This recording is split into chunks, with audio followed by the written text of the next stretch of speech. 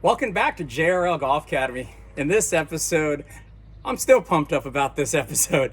I got to interview Martin Chuck. Martin Chuck is absolutely known for tour striker golf, and within the golf industry, he's made some of the greatest training aids, as well as being a master communicator as an instructor. I had a million questions. Martin answered them all, from technical questions about the transition all the way to how he brings products to life so that we can get them. So with no further ado, Martin Chuck on JRL Golf Academy. If anybody has any questions for Martin, you've got an indoor studio there right now? Yeah. If somebody comes up with a question, like if they want to know impact location, like, is it all right if you show? Yeah, I'll put my phone on the old device and holder and go whack one. Yeah, for sure. Yeah. Hey, bro, this is a personal question from me. Hey, I'm married and I've got kids. I'm taking. Dang it. Let me ask you this. What is it about you that, have you always been great at communicating? And is there something that I can continue to study to try to become even a better communicator? Because I feel like that's your deal. I mean, you've got the knowledge that you've gathered, but the way you always explain things and be able to get it so simply to people, like, I'm always fascinated by that. And like, that's my question to you. Have you always been like that? I appreciate that. I think, I explain. So I would say communicating, right? So sometimes my wife would say, I'm not a great communicator. So I know every guy goes through that. As far as relating to golf swing, I think you got to be somewhat animated. So it's not just words, right? Yeah. The way you use your hands, the way you might grab, so my daughter leaves these damn things, your hair twisties, right? Or hair ties. Yeah. I may grab a hula hoop when I'm describing something, and then I may articulate it by using my hands, right? So I'm not going to stand there with my sunglasses on, which I never wear in a lesson, by the way. Yeah. Because I want somebody to see my eyes. If I'm glaring at them, they know I'm serious, right? Or I'm smiling. Like, I never wear my sunglasses for that reason. I wear hats just to keep sun on my eyes and keep a bit of sun off my face. But I'm always using some kind of a prop, whether it's a magnet thing on the face to show the vector of craziness, or more reliable, or a hula hoop, or whatever it is. And then I'm moving around like some mad Italian to show people different feels. I see a lot of coaches who will kind of stand there and just use words. Well, if you just stand there and use words, then you're missing most of the communication. Most of the communication isn't verbal, it's nonverbal, okay? It's how you use your hands and how you use your body and how you show people, so because the words might click to somebody. So I think, and was I taught this? I think Mark Grace rolled through there. Hey, Mark. I think one of the questions I just saw pop through was, what do you do? Like, what do you train that might be out of the box, right?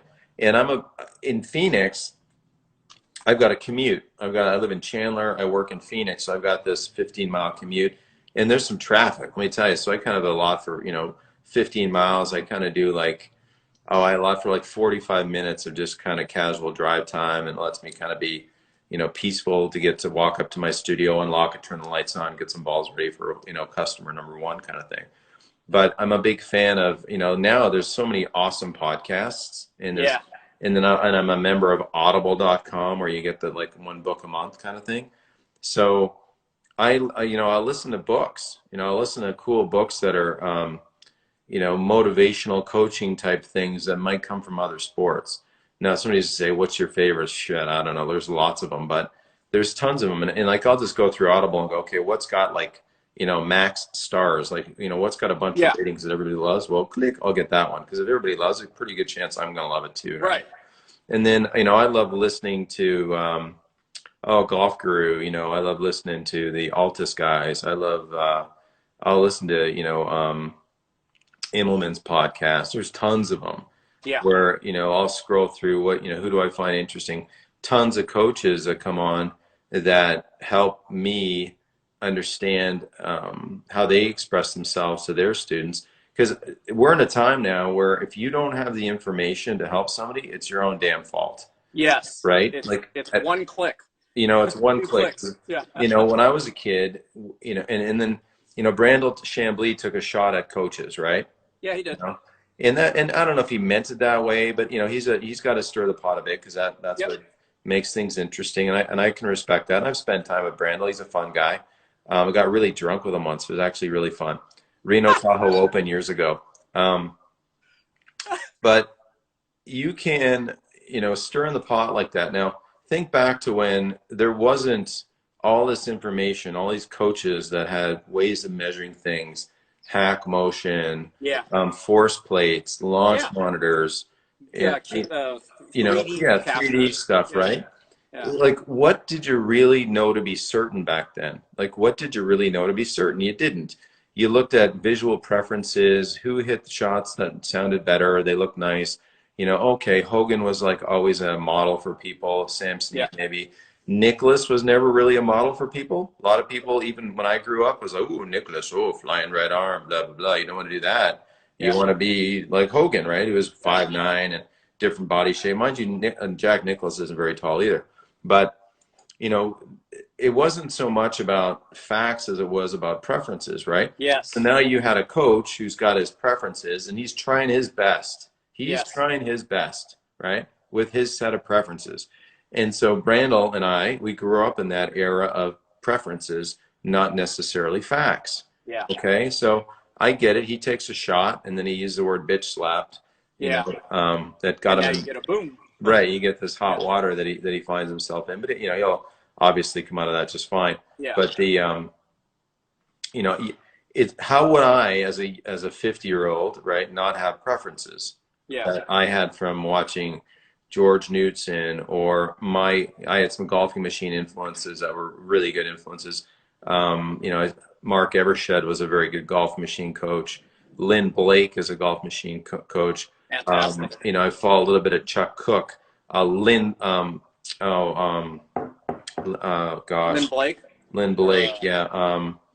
Who else? I'm trying to think. Ben Doyle. How can I forget yeah. Ben Doyle? Yeah. Ben Doyle, right? So Ben Doyle, you know, here's a guy who's going through the golf machine with his preferences, and like, how do you not, you know, use him as a kind of a reference board, really? Yeah. And I would say at least those reference boards, if you were, it's better than not having anything, right? Because if you don't have something as to go home to, then you have nothing. So you know you need some kind of model. You need some Yeah. kind of, and then I just picked up Jim McLean's book, and he has a great note in the front of it. He goes, if you use video, okay, you're a position coach. Okay, think about that. If you use Yeah. video, because if you don't use video, right? I mean, if you're going to show somebody a video, what are you showing them? You're showing Yeah. them a position. You're Yeah. stopping on a video somewhere to go, hey, look where the shaft is pitching here or here. Or, Yeah. you know, I mean, let's face it. You might say, oh, I don't teach positions. Well, guess what? If you showing somebody a video, you're referring to you're stopping the video somewhere, Yeah. and you're showing them something that you don't feel to be whether the face is, you know, wherever the face is or Close, how open, square. Yeah. you know it, right? So Yeah. it's but nowadays we're so much better educated. Like the young coaches now are so much farther ahead than where I was. It's crazy. Now Yeah. that young coach just has to learn how to express himself nicely, you know, win fans, and then, you know, keep the fans in the pipeline by having this relationship experience with these people so that the fan like the student feels comfortable coming back, Yeah. comfortable asking questions, comfortable referring more students, you know, to you to come back. Yeah. There was that's a great point there that you're talking about, and I appreciate you taking the time to answer that question because, like I said, I find you to be sort of one of those master communicators, and people always gravitate towards you, at least from my view. Oh, Uh, thanks. you know, so there was a question in here that somebody did bring something up. They asked about Buzz Goff did say it's because he's a Canuck. While you're so uh, PM Hockey says, hey, can Martin show us the transition that starts the downswing? Yeah, you know, it's like, let me pop this in the You got it. phone holder here. Thank you for that question there as well. You know, I mean, the transition. Oh, let's see here. And what I'm going to do is I'm going to turn off the comment for a second here so you guys can see Martin a lot better. All right. So I'm gonna raise my voice a little bit, right? So you Yeah. Transition. Think a transition is predicated on what, you know, obviously what precedes it, right? Yeah. So if the brain's genius, it knows that you're set up for reasonable success or you're a mess. And so what I'd say is, like a golf swing is a 1 second to 1.3 second event, meaning you're going to take the weight of this thing, you're going to sling this thing back up here behind you.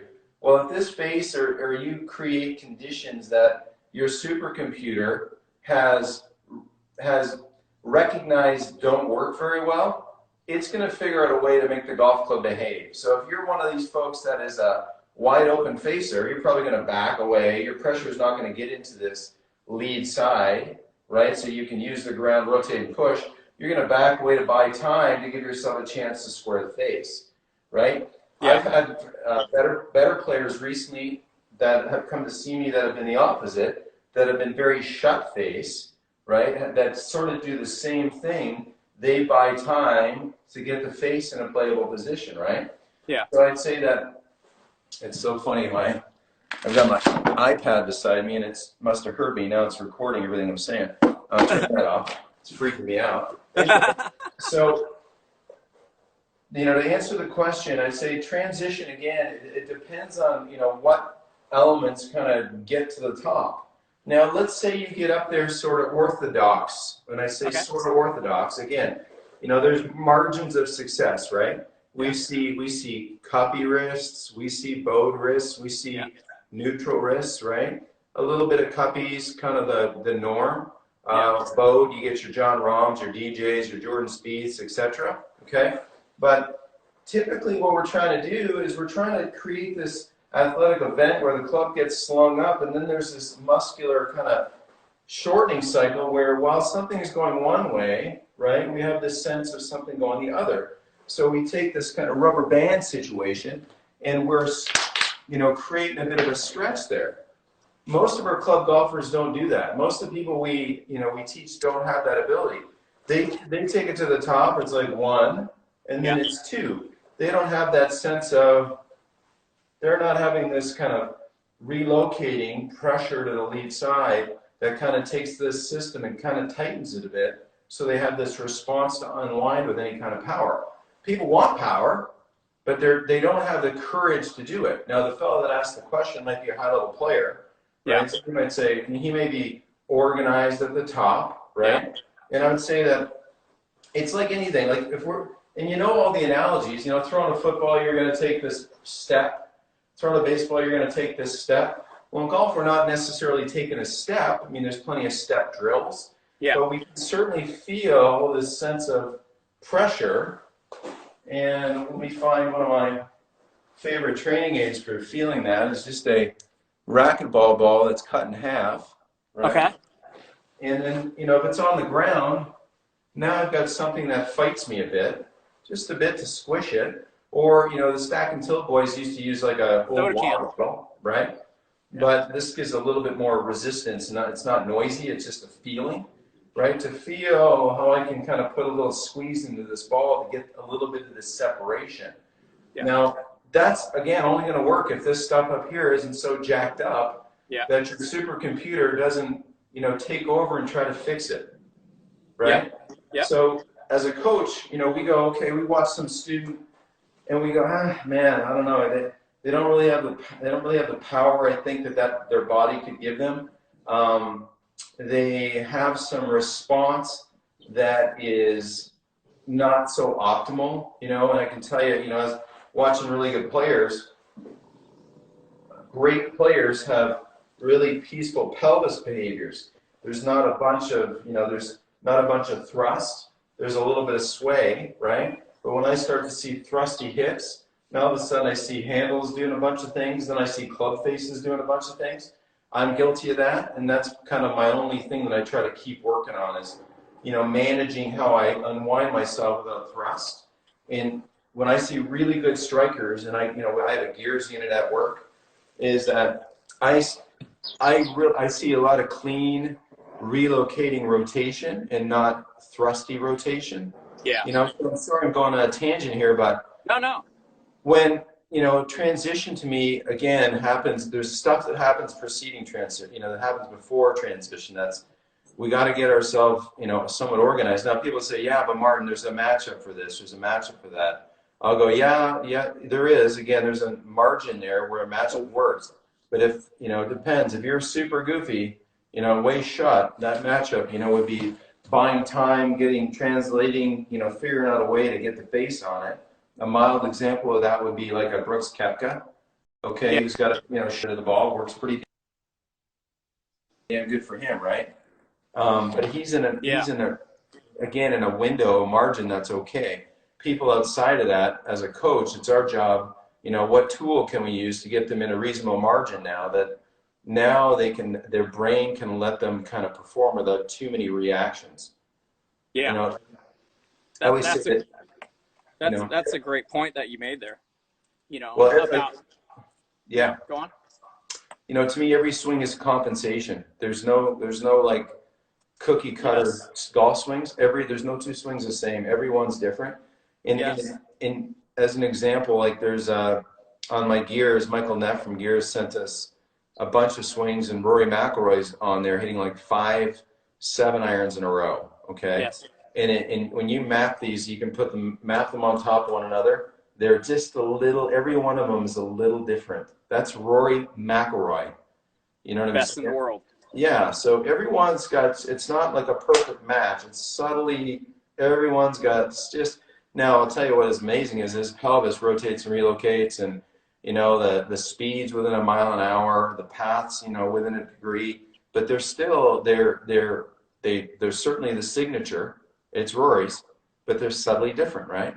So we Yeah. want to create golfers that don't have wild signatures, want them to sort of match up a bit with minor compensations the supercomputer is fixing rather than fixing 10 things on the way down. Maybe it's making an adjustment for a bit of the fact the ball's below your feet a sliver, or Yeah. you're feeling wind off your cheek and you're going to kind of hold it off a little bit, or, stuff that a good player can do uh, because they're not worried about trying to make this crazy face, find the golf ball.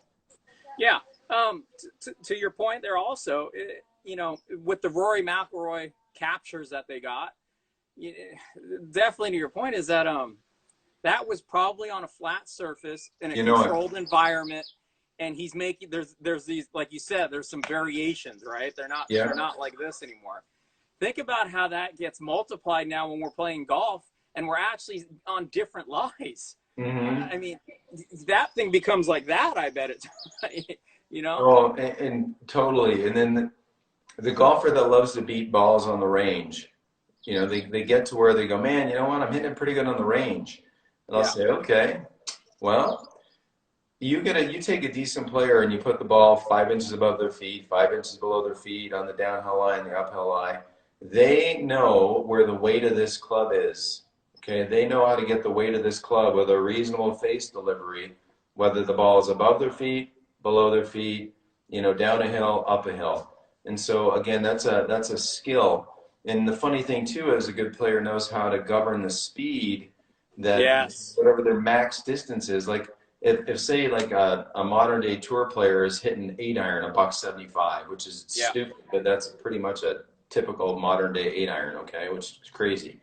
Now that guy, or that guy, because a gal's going to hit it probably 150, but a guy's going to, you could put him on a kind of a lie, and right away they do these little calculations, and they know, well, I can't take my 94 mile an hour 8 iron swing, but I can take my 87 mile an hour kind of sawed off 8 iron swing, and I can take that face and I can aim the face a bit that way to take off how this reaction is going to be for the fact the ball's in my feet, and get a ball that starts reasonable and lands sort of on the green, right? Yeah. So teaching those nuances, like actually teaching somebody how to play, I Yeah. really think coaches could have a hell of a good time kind of getting into that rather than just standing on a range and just teaching technique. Amen to that. Because at the end of the day, that's what we're doing. There's no scores on the driving range, right? Right, right. I see a lot of good-looking golf swings on ranges that really can't play, Oh my good. and I That want to makes see people that can play and hit bad shots, recover from it, go into maybe a series of reasonable shots in a row, like a reasonable fairway and a shot on the green, and maybe they stuff a shot here and there or whatever. But good yeah. players, they recover from You know, the bad miss by the trees, they punch it out short of the green, hit a good chip to 4 feet, make a 4-footer, make a par, right? Yeah. And they move on. And then maybe they get into a run of 3 or 4 holes where they stuff two, make 2 birdies, and then they have a par 5 that they can hit it by in 2, chip it on, make a birdie, right? So Yeah. their round wasn't derailed by a bad shot. They were able to escape a little bit, use skill to make a par or a bogey at worst, and move on. That's so good. That's so good. And I agree 100%. We don't spend enough time, like, and some of to the pros defense, we pay rents and we buy, we got leases on ranges, and sometimes we don't have access to the course, but Yeah, if you can, you definitely want to go spend more time on the 18 holes and just that flat surface on our range. for sure. Wayne asked a question here. Would love to hear the story of how you started Tour Striker and why it took off, especially the early years. Oh, yeah, good question. Thank you. So, the training club. Let me grab one. Yeah, what was the start? What was the first one that you went to production with? Was this guy? Okay, it was this crazy thing, right? I got The elevated face. Because when I was, teaching golf, so many golfers either, they were steep, right? Yeah. They'd thump down. Well, if you thump down, this thing's going to mash the ball into the ground, Yeah. right? So that was one of, I don't want them to have. What I realized was there's generations of golfers that just kind of lived, kind of picking this thing off the bottom groove, right? Mm-hmm. And so I thought to myself, well, good players have a commonality. There's a little bit of a downward strike. Not that they're trying to hit down, but there's a little bit of a downward strike. They have a little bit of shaft lean. And, they can take whatever the address shaft angle is, and with the weight of the club in their hands, with the weight of the club resisting their rotation, okay, the shaft gets delivered to the golf ball a little bit differently. So teaching golf, I just started teaching when I was 16. So I've been doing this for a long time. And this one student of mine, when I was a club pro, I thought, man, this guy, he's just not getting it. I mean, I'm doing everything I can to help this guy. He's not getting it. And so I went to my cart barn, and I actually have the original one. I just kind of ground down this golf club. It was a Jerry Barber Shankless 7-iron. It's on the wall in my studio right now. And, I ground this thing down like crazy, and I showed it to him next time he had a lesson. I said, here, Peter, hit this thing. And, and it looked like sort of a variation on this. And he said, well, you can't hit that. And I said, no, you can. You can. Watch. Here's the weight of this thing, kind of, it's lagged back behind my body rotating. And what happens is, this thing's going to get closer to the ground, and that's going to present loft below the equator. Ball's going to go up. And I hit a couple of them, and he's like, huh. So right away, I could see it like a bell went off, a light went on for him, right? Yeah. I talked to my wife. I said, hey, I inspired this dude to make a change, not from telling him anything, just by kind of showing him something and kind of explaining it. And then he changed. He changed himself, yeah. And so that was in 2006. And so it took a while because, getting something to market and the expense and making sure you're not infringing on somebody, I had to find a lawyer, and my wife was really supportive of that process. And so at the PGA Show 2009, so I'd say late 2006, 2007, 2008, so January 2009, the start of 2009, we show up at the PGA Show with 500 of these in a 5x5 booth, and like the new product kind of where all the inventor nerds kind of hang out at the PGA Show. And it's me and my wife, and then my buddy Caleb Anderson and his wife. And I'm standing there, I've got the table there, I've got a golf ball, I'm kind of explaining how this thing works a little bit. And pros are walking up, like Randy Smith, Chuck Cook were two that come to mind. And they're like, damn, I wish I would have thought of that. And so, and we sold all 500 of these things. Pros are walking out with one of these. And whether they're in the corner of the garage now or they're in some lost and found bin or whatever, we sold a lot of these things. We did a infomercial on the Golf Channel. We sold like 180,000 of these things. Holy smokes. Yeah, Gary McCord was the spokesman. He did an awesome job. Nobody knew who Martin Chuck was. I was just some director of golf guy who taught lessons and ran a club, right? But that was kind of like this was my first product. And then, I have a wrist gizmo, but ultimately coaches call me all the time and they say, John, and they'll say, Martin, I've got this idea. And I'll say, well, awesome. Don't tell me what it is. I say, here's what you need to do, because I don't want you to tell me what your idea is, because I may be working on what you're working on. and I don't want to Yeah. have this conflict with you because I don't have Yeah. a beef. And I've had that happen because I Yeah. try to help people. Next Yeah. thing you know, some guy says, well, I'm working on this thing. It's a belt with a rubber band and it attaches to a club. And I'm like, whoa, right? Yeah, me too. So I'd say, Shame on you for helping. right? Yeah. So my point is, like, I'll talk to people about, you know, the major thing is the cost value proposition. What Yeah. is somebody willing to pay for your gizmo? A Yeah. golf club typically is $100. When you think about, you go buy a new sand wedge, it's Yeah. $125. A Yeah. club, 100. It's like people go $100. Okay, well, if Yeah. it costs you $10 to make one of these, that's a lot of margin in that, Yeah. and that's what it costs manufacturers to make a sand wedge with a steel shaft and a grip on it when they make a couple thousand at one time, right? So there's a lot of possible revenue from something like this.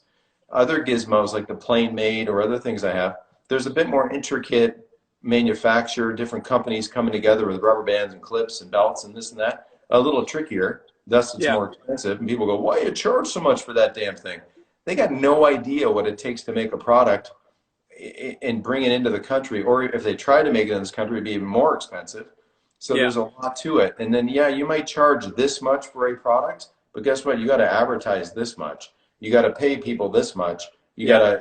got to manage inventory. There's a cost to that, but to people out there with a good idea right now, there's never been a better time to do it because shipping is so effective now, and there's so many places to third party logistic companies that will house your goods and ship it. Like you hit click and boom, they get a message, it's shipped that day, right? So Wow.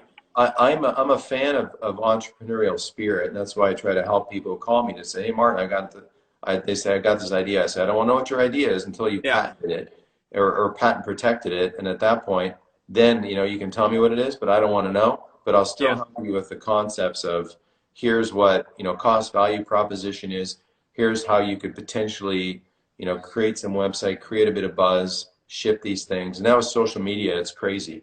I mean, you see how it works.